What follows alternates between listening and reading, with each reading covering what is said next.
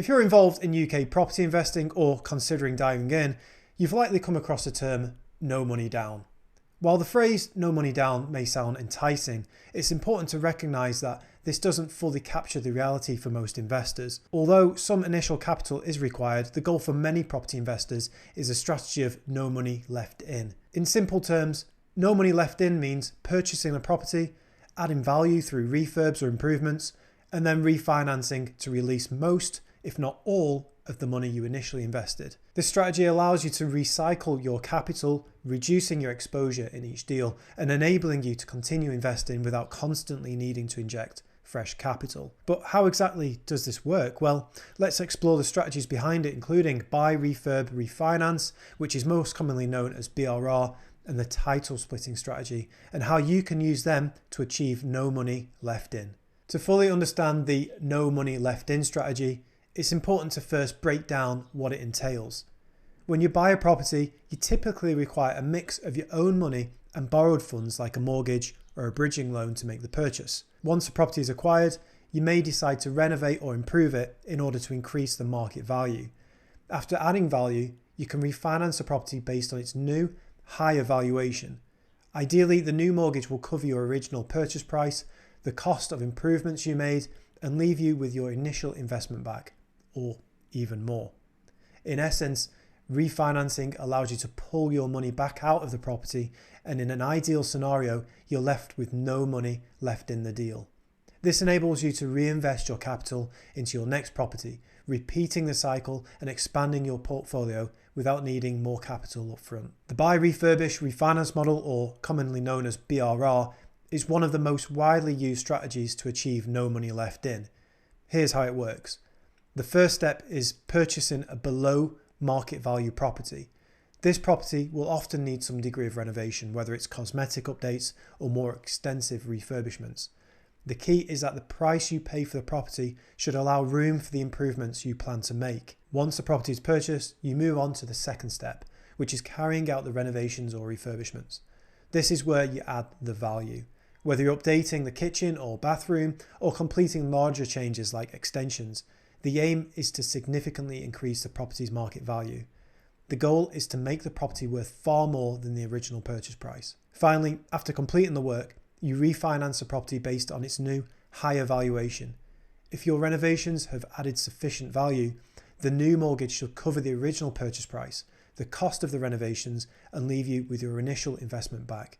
This means you have no money left in the deal, and you can use that capital to reinvest in your next property. One of the reasons why the BRR method is so popular is because of the perceived low cost of entry. Investors are often attracted to the idea that they can purchase a property, refurbish it, and refinance it without needing significant upfront capital.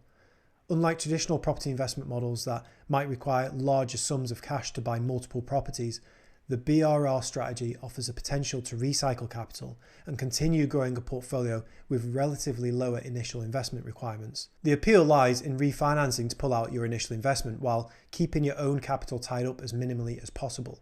This strategy allows investors to enter the property market without needing to continually inject new funds into each deal, which is why it resonates with beginner investors and experienced professionals. Let's consider a practical example to make this clearer. You purchase a property for £50,000, and after spending another £50,000 on renovations, your total investment in this property is now £100,000. Once the renovations are complete, the property is now worth £150,000. If you refinance at 75% loan to value, based on the new valuation of £150,000, you would receive a loan of £112,500. This allows you to pull out the £112,500, leaving you with no money left in the deal, as your total initial investment was £100,000. In this case, you've effectively recovered your initial capital of £100,000, leaving no money left in the deal while still maintaining ownership of the property. It's important to note that the success of the BRR strategy depends on the accuracy of the market valuation.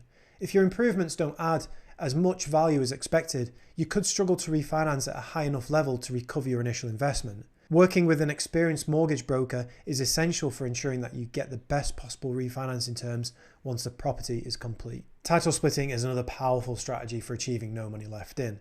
It involves converting a single property into multiple units, which can then be sold or refinanced individually.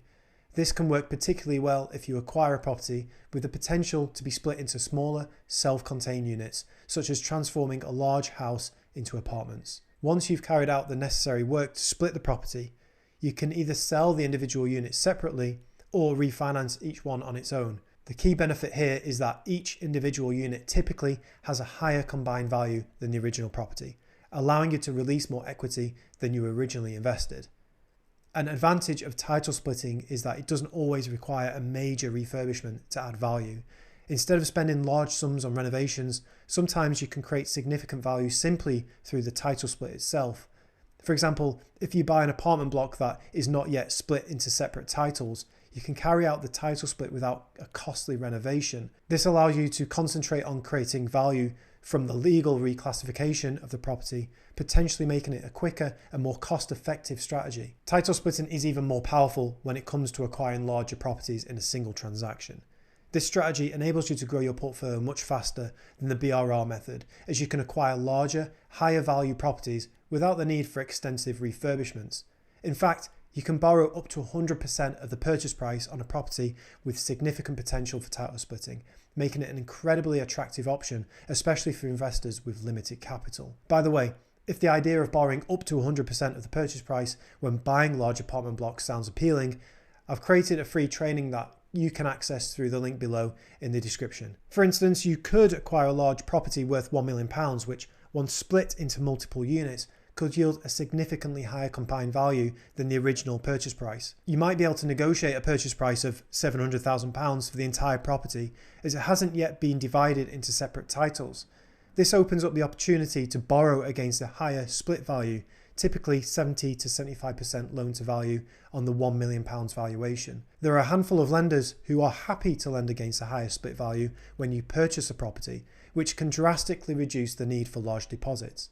I go into detail on how this works in my free training below. And after refinancing based off the split value, you can pay off the original purchase loan, leaving no money left in the deal. This strategy enables you to build a multi-million-pound portfolio far more quickly than the BRR method. Additionally, by reducing the amount you need to borrow up front, this strategy can be accessible even for beginner investors.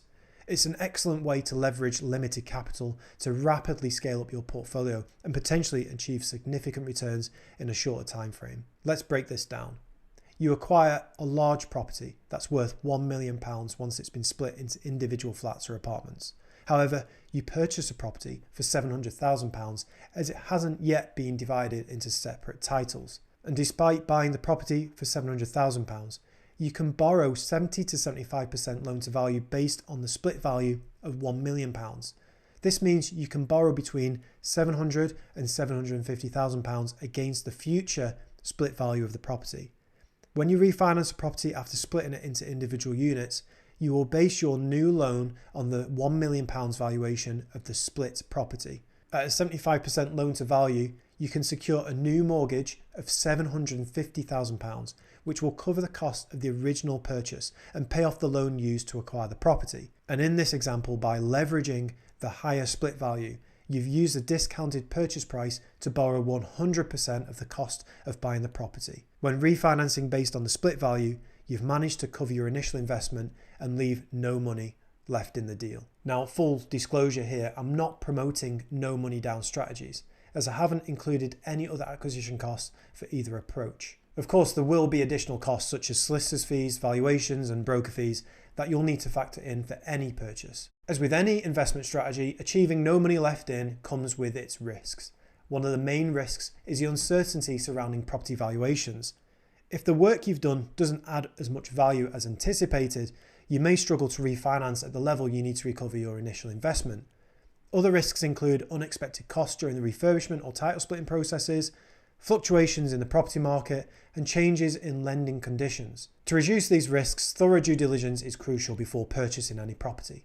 Make sure you understand the true costs of refurbishment or conversion and have a reliable network of professionals such as builders, project managers, and mortgage brokers who can help guide you through the process.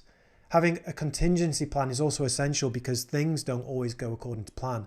Whether you need to sell, rent, or explore alternative financing options, having a backup plan can help mitigate potential losses. The no money left in strategy can be a game changer for property investors.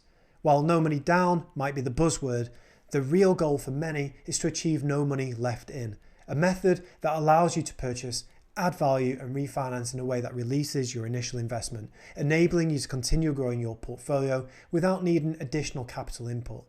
By using strategies like buy, refurbish, refinance, and title splitting, investors can maximize returns while reducing exposure.